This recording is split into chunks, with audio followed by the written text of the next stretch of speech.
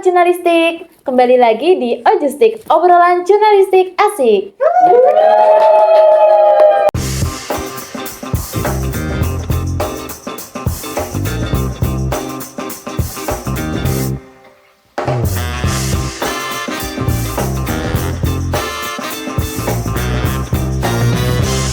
Bersama Mai, hari ini kita kedatangan narasumber yang sangat luar biasa dengan Mbak Niken dan juga Mas Afid, di mana mereka telah mengikuti program MBKM, dan di sini kita akan sharing-sharing nih teman-teman, gimana prosesnya mereka dan juga apa aja sih yang telah mereka lalui untuk bisa mengikuti MBKM itu. Baik, selamat pagi Mbak Niken dan juga Mas Afid. Selamat pagi. Iya, silakan bisa perkenalkan dulu ke teman-teman sobat jurnalistik semuanya. Monggo Mbak Niken dulu. Ya, halo, perkenalkan nama aku Niken Kristi Saputri, bisa dipanggil Niken. Aku merupakan mahasiswa pertukaran mahasiswa Merdeka batch 4 dengan inbound Universitas Teknokrat Indonesia. Selanjutnya Mas Afid. Halo semua, perkenalkan nama saya Afid Ilham Maulana. Saya mahasiswa S1 Manajemen di Universitas Putra Bangsa dan saat ini sudah pulang dari kegiatan pertukaran mahasiswa di Universitas Teknokrat Indonesia sama dengan Mbak Niken. Oke, berarti Mbak Niken sama Mas Afid ini PMM-nya itu satu kampus ya? Iya, di kampus yang sama. Di Universitas Teknokrat Indonesia. Oke, itu di mana kalau boleh tahu? Di Bandar Lampung. Di Bandar Lampung. Jauh ya berarti, beda benua. Ya. Oke, di sini kita kepo nih, MBKM itu apa ya? Teman-teman semua pasti juga ingin tahu gitu tentang MBKM secara teknisnya dan juga pengertian dari MBKM itu apa sih, Mas Mbak? Kalau dari MBKM sendiri kan ada singkatannya di sini. Jadi Merdeka Belajar Kampus Merdeka. Jadi di mana suatu program dari Kementerian Pendidikan di mana menjembatani banyak sekali program-program di dalamnya. Salah satunya adalah pertukaran mahasiswa itu sendiri. Oke, itu teknisnya gimana nih Mas? Cara daftarnya, kemudian kok bisa ikut MBKM ini tuh gimana? Daftar sendiri kah, inisiatif kah, infonya dari mana, juga apakah terpilih dari kampus seperti itu? Coba mendingan dulu. Kalau dari saya sendiri, kalau saya itu sebenarnya dari semester 2 itu udah cari-cari gitu, karena awalnya itu lihat di IG kan. Nah setelah itu cari-cari info, terus lihat di website juga kan. Terus udah semester 2 itu udah sempat daftar, cuman kayak masih bingung gitu kan, karena juga takut, karena ternyata baru tahu juga kalau PMM ternyata harus di beda pulau gitu. Kayak ngerasa takut aja karena belum pernah. Terus akhirnya diundur pas semester 4 ketemu juga sama ada kakak tingkat, dia udah pernah PMM juga, PMM 2. Terus banyak cerita, banyak ngobrol, terus sama dia dimotivasi buat ikut aja gitu kan. Akhirnya pas batch 4 ini itu memutuskan untuk daftar gitu. Awalnya kalau prosesnya itu, kalau aku daftar sih, aku cari-cari info sendiri, terus nyari-nyari apa aja yang diperlukan, kayak syarat-syaratnya gitu. Terus abis itu aku daftar sendiri, terus mengikuti proses-prosesnya, terus milih kampus, ikut persyaratannya, terus seleksi dan terpilih. Berarti MBKM minimal semester ada berapa? Semester berapa Mbak? Ikutnya? Semester 3 ya? Ketika mendaftar di semester 3 dan kita berangkat di semester 4. Oh berarti prosesnya lumayan panjang sebenarnya ya? Nggak langsung berangkat gitu kan ya? Seleksinya ada berapa? Untuk seleksinya? Seleksi dari awal itu ada administrasi, terus sama ada tes ya? Iya ada tes. Itu aja sih kayaknya. Dua. Wawancara nggak ada Pak? Nggak ada ya waktu itu. Wawancara kayaknya Nggak ada, waktu kita nggak ada wawancara. Untuk tesnya teman-teman pasti juga kan perlu persiapan jauh ya. Tesnya itu tes apa aja? Jadi waktu itu tesnya sepahaman kita ketika kita dapatkan di lingkungan baru, bagaimana respon kita. Jadi kayak jawaban-jawaban dari pertanyaan itu ya dari kita sendiri, karena menilai kepribadian kita, bagaimana kita bertindak di lingkungan baru, bagaimana kita toleransi dengan teman-teman dan lain sebagainya. Itu jadi pertanyaan-pertanyaannya nggak kayak matematika yang susah-susah dan lain sebagainya enggak. Jadi mengacu pada gimana sih penilaian kepribadian kita ketika berbaur di lingkungan baru. Ya, berarti ilmu sosial ya, ilmu bersosialisasi. Baik, tahu saya kan program MBKM itu ada banyak ya, ada 8 sepertinya ya. Kenapa kok kalian berdua ini memilih PMM gitu dibanding program-program yang lainnya? Monggo. Kalau dari saya sendiri, karena yang pertama pasti pengen cari pengalaman baru. Oh iya. Terus juga pengen nambah teman. Selain itu emang dari diri sendiri itu kayak tertarik aja gitu sama keanekaragaman di Indonesia gitu.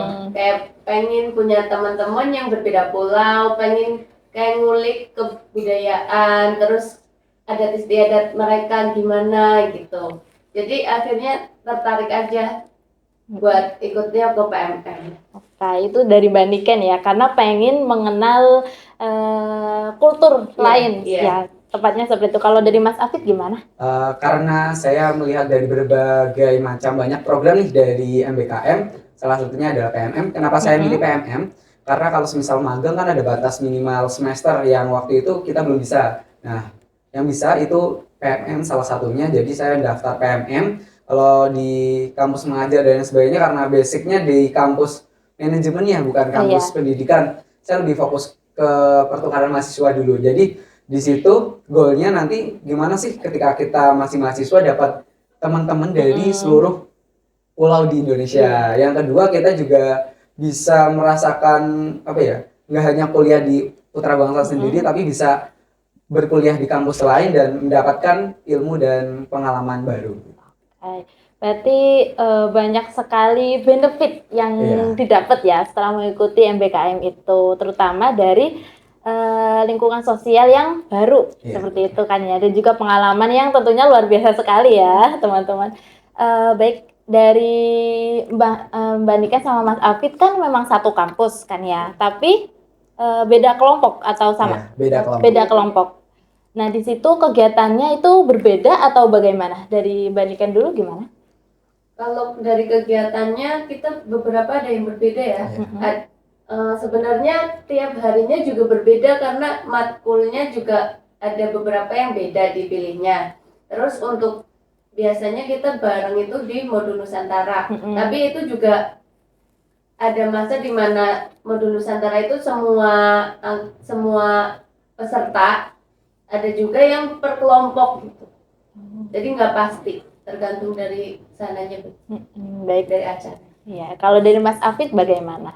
Kalau dari aku sendiri kan beda kelompok nih sama Mbak Niken. Kalau Niken kelompok apa ya? Kelompok Begawi Jama. Nah, Begawi Jama. Nah, aku kelompok Sakai Sambayan. Jadi beda kelompok. Nah, terkait kegiatannya betul hampir sama yang dikatakan Mbak Niken terkait kita ada kegiatan Modul Nusantara. Jadi buat teman-teman yang belum tahu Modul Nusantara, jadi itu kegiatan yang biasanya dilakukan di hari Sabtu atau Minggu di setiap akhir pekan. Selain kita di sana belajar di mata kuliah, kita juga ada kegiatan Modul Nusantara yang masuk ke dalam kayak kurikulumnya. Jadi di setiap akhir minggu kita melaksanakan kegiatan Modul Nusantara. Di Modul Nusantara ada 4 kegiatan penting, ada kebinekaan, terus kontribusi sosial, inspirasi, dan refleksi. Nah, di 4 ini itu kita selama 20 minggu ya? 20 minggu, jadi ada berbagai macam kegiatan di dalamnya saat kegiatan Modul Nusantara. Nah, saat itu ada kegiatan yang semua kelompok dijadi satu, ada yang masing-masing kelompok beda-beda. Itu kan tadi terkait kegiatan ya. Kalau sekarang itu pembelajarannya di sana tuh gimana? Kalau misal kampus biasa, misal di Universitas Putra Bangsa kan kita berangkat dari Senin sampai Kamis ya Mas, Mbak. Itu menerima mata kuliah dari dosen gitu. Kalau di sana tuh bagaimana? Sistemnya apakah sama? Berangkat Senin sampai Kamis dengan SKS yang juga sama atau bagaimana? Kalau dari saya sendiri, saya kan di PMM ini mengambil 19 SKS. Saya itu dapat jadwal itu dari Senin sampai Sabtu. Tapi di sana itu kebanyakan online. Jadi yang offline itu cuma 3 kali pertemuan. Dalam Seperti itu. 1 minggu berarti Iya, ya? dalam 1 minggu. Kalau pertemuannya berarti seperti biasa di kelas seperti itu? Iya, kalau yang offline biasa di kelas. Dalam satu kelas itu isinya banyak dari pertukaran pelajar universitas lain atau dari universitas tersebut mahasiswanya? Dari universitas tersebut. Jadi kita walaupun kita pertukaran, kita juga ngumpul sama mereka gitu. Iya. Kelasnya tetap dijadiin satu. Kalau dari Mas Afid? Sama ya, saya juga ngambil 19 SKS, tapi ada beberapa yang beda matkul sama Mbak Niken. Nah, terkait pembelajaran di sana, jadi yang saya rasa perbedaannya di UTI sama di UPB, yang pertama di sana itu ada setiap matkul ya, itu 2 kali pertemuan di setiap minggunya. Kalau kita kan satu matkul, satu pertemuan. Iya, Nah, betul. kalau di sana satu matkul bisa 2 kali pertemuan. Di dalam 4 SK. ya, yang ada 4 SKS, jadi 2 kali pertemuan. Jadi ada yang Senin sampai ada hari Rabu atau hari Kamis itu. Jadi hampir semua di sana matkulnya 2 kali pertemuan di setiap minggunya. Jadi pertemuannya banyak banget. Nah, terkait kegiatannya banyakan offline atau online. Kalau saya pribadi juga banyakan yang online ya, karena di sana sistemnya juga hampir sama sebenarnya dengan UPB, pakai e-learning ya di sini. Iya, Ya. e-learning. Nah, kalau di sana pakai Spada, tapi konsep di aplikasinya sama ya. Nah, di konsep di aplikasinya sama, tapi yang membedakan kalau di kampus UTI itu tugasnya menurutku ya lebih banyak banget dari sini karena di setiap minggu, di setiap pertemuan ada tugas-tugas kayak post-test ya harian. Nah, setelah itu suruh bikin video YouTube di satu matkul aja itu video YouTube-nya banyak banget itu. Belum lagi tugas akhir, artikel, tugas kelompok dan lain sebagainya. Menurutku ya cukup bikin Menantang ya di sana. Oke. Selain perbedaan dari pembelajaran sama jam waktunya tadi kan ya yang lebih ekstra berarti kan ya. Perbedaan kultur apa aja sih? Kayak misal mungkin lingkungan sosialnya, tentu saja kan sangat berbeda dengan kita yang di sini kan gitu. Kalau kultur ya terkait budaya di sana, yang pertama kan kita beda pulau ya. Iya. Nah, beda pulau. Kita juga ada istilah di mana bumi dipijak, di situ langit dijunjung. Nah, makanya buat teman-teman ketika berada di lingkungan baru, usahakan kita yang menyesuaikan dengan lingkungan tersebut.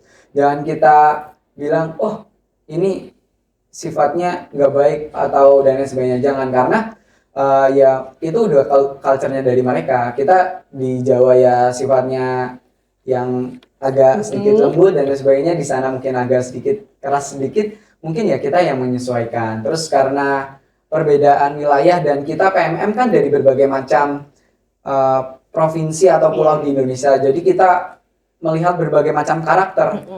Ada yang dari Kalimantan, Sulawesi, NTT, Maluku, Papua dan lain sebagainya. Jadi kita yang menyesuaikan juga dari mereka. Jangan kita anggap perbedaan itu mereka harus sama kayak kita. Jangan, tapi kita yang harus mengertikan dengan mereka. Berarti kita yang harus menyesuaikan di mana tempat kita berada, seperti itu. Makanya penting sekali ilmu untuk adaptasi dan juga sosial. Baik. Selanjutnya ini dari Mbak Niken dan juga Mas Afid, setelah mengikuti program MBKM ini tentu saja kan ada momen yang paling terkesan gitu atau momen-momen yang tidak bisa dilupakan selama berada di sana. Bisa diceritakan? Kalau dari saya sendiri yang paling berkesan waktu kita itu sih waktu di kain tapis itu. Oh, kain tapis ya. Karena di situ tuh kita benar-benar belajar, kita lihat dari kain-kain tapis yang udah ditenun apa ya, itu kayak bagus banget. Terus selain itu juga kita belajar buat membuat kain itu gitu. Ada yang secara manual, ada yang pakai kayak apa ya, kayak alat buat tenun itu ya. Iya. Terus selain itu yang lebih berkesan paling kegiatan di kos sih, karena ya sama anak-anak kumpul-kumpul gitu, masak bareng, paling itu sih. Itu yang waktu mau dulu sana ya? Iya. Tadi disebutkan kain tapis ya Mbak, itu khas dari sana bagaimana? Iya, khas dari Lampung. Itu buatnya kayak tradisional gitu ya? Iya. Kayak menjahit gitu, ya mirip-mirip kayak gitu lah. Terus kalau yang pakai alat tenun sih yang di itu. Oh ya. Ya, yang ditarik itu ya kayak gitu. Oke, kalau dari Mas Afid gimana? Yang berkesan ya karena PMM kan apa ya, dapat pengalaman baru yang belum pernah kita lakukan. Yang jelas pertama bisa naik pesawat itu salah satu first time ya. Kita bisa naik pesawat 4 kali ya bolak-balik ya gitu ya. Nah, itu sebagai ya saya pribadi mungkin buat teman-teman yang udah sering mah apa sih cuma naik pesawat. Nah, mungkin itu satu pengalaman berharga yang biar bisa buat cerita pernah naik pesawat juga. Nah, yang kedua waktu snorkeling di perairan Pahawang sama Kelaigian Besar. Di situ kita naik perahu dari tepian pulau terus ke tengah-tengah pulau yang terpencil itu ya. Nah, terus di tengah-tengah itu kita snorkeling, bisa lihat Nemo dan lain sebagainya. Terus ternyata terumbu karang itu tajam ya. Nah, selain itu juga ketika ke titik 0 Sumatera, jadi di Bakahuni itu ke Menara Siger, beda ya. Kelompokmu enggak ke situ ya. Jadi kalau yang ini beda kelompok, jadi ke titik 0 Sumatera di mana pernah berdiri di gerbangnya Sumatera gitu. Itu salah satu yang pengalaman berharga sih. Nah, sama dapat teman-teman dari berbagai macam Indonesia sih luar biasa sekali. Iya, luar biasa.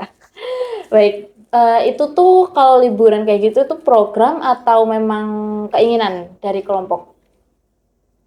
Kalau yang tadi disebutkan yang itu termasuk ke modul Nusantara. Oh, maksudnya modul Nusantara. Berarti ada program kayak gitu ya? Iya. Jadi kalau program modul Nusantara itu didanai dari kampus ya, bukan dana kita pribadi. Tapi kalau yang mau main kita sendiri ya keluar sendiri ya. Berarti teman-teman kelompoknya juga dari PMM, teman-teman PMM juga dari universitas lain? Iya. Berarti banyak ya pesertanya dan benar-benar bertemu dengan banyak orang seperti itu kan ya, dan pengalaman luar biasa bisa menjelajah pulau-pulau lain ya dengan wisata yang tentu saja berbeda dari lingkungan asal kita seperti itu. Baik, setelah kita membahas hal-hal yang luar biasa teman-teman, dari Mas Afid sama Mbak Niken ini ada pesan nggak ke teman-teman sobat jurnalistik tentang MBKM? Mereka harus ikutkah atau bagaimana? Silakan disampaikan. Kalau buat saya tentunya harus sih, menurut saya teman-teman semua harus mengikuti. Mungkin anak-anak di UPB ini masih kurang ya tahu tentang MBKM, terus ikut-ikut. Mungkin juga ada yang udah tertarik tetapi masih takut gitu atau bingung. Menurut saya dicoba aja. Kalau emang punya minat, punya keinginan itu dicoba aja, perbanyak cari-cari info, cari-cari ya pengalaman, terus mungkin bisa tanya sama yang udah pernah gitu, biar tahu gimana gitu. Karena dulu saya juga awalnya takut, tapi ternyata pas sudah dicoba ya alhamdulillah tetap bisa dijalanin dan sekarang bersyukur sih. Kayak dari Mas Afid? Kalau saya sendiri, ketika kalian gimana? Sini. Oke, sini ya. Ketika kalian sebagai mahasiswa, jangan takut mencoba hal baru. Ketika ada peluang, coba daftar aja. Nggak usah dipikirin, keterima apa enggak, susah apa enggak. Coba aja, daftar aja. Ketika kita udah mencoba, kita effort semaksimal mungkin. Nah, satu ya. Kedua, ketika dapat pengalaman baru, itu akan jadi episode dalam diri kita, gimana kita mempelajari ilmu baru, pengalaman baru. Makanya, ya jangan takut bertanya dengan yang sudah pernah ikut program tersebut, dan jangan ragu untuk ikut program dari Kampus Merdeka yaitu MBKM. Baik teman-teman, jadi program MBKM ini adalah program dari pemerintah ya, yang diadakan dari Kementerian dari Kemendikbudristek. Nah, teman-teman bisa mencari info di website juga ada, di IG juga ada kan ya Mas. Informasi sebenarnya itu sekarang udah sangat amat banyak, kita harus memanfaatkannya teman-teman. Informasi kan juga sekarang udah mudah diakses, dan juga dengan adanya podcast ini kalian bisa tahu kakak-kakak tingkat kita yang pernah mengikuti MBKM nih, kita bisa tanya-tanya ya. Nanti teman-teman ada yang mau izin bertanya, bisa menghubungi Mas Afid dan juga Mbak Niken. Iya. Dengan benefit MBKM yang sangat amat luar biasa tadi, teman-teman harus mencoba sih ya Mas Mbak. Iya. Ya harus mencoba sekali. Baik. Kita telah berbincang tentang MBKM dan juga teknisnya ya teman-teman. Terima kasih sekali Mbak Niken dan juga Mas Afid. Iya, atas perbincangan yang sangat luar biasa dan sangat bermanfaat, terutama untuk teman-teman sobat jurnalistik semuanya.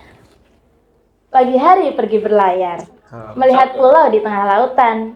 Sampai sini Ojustik bersiar. Jumpa lagi episode depan.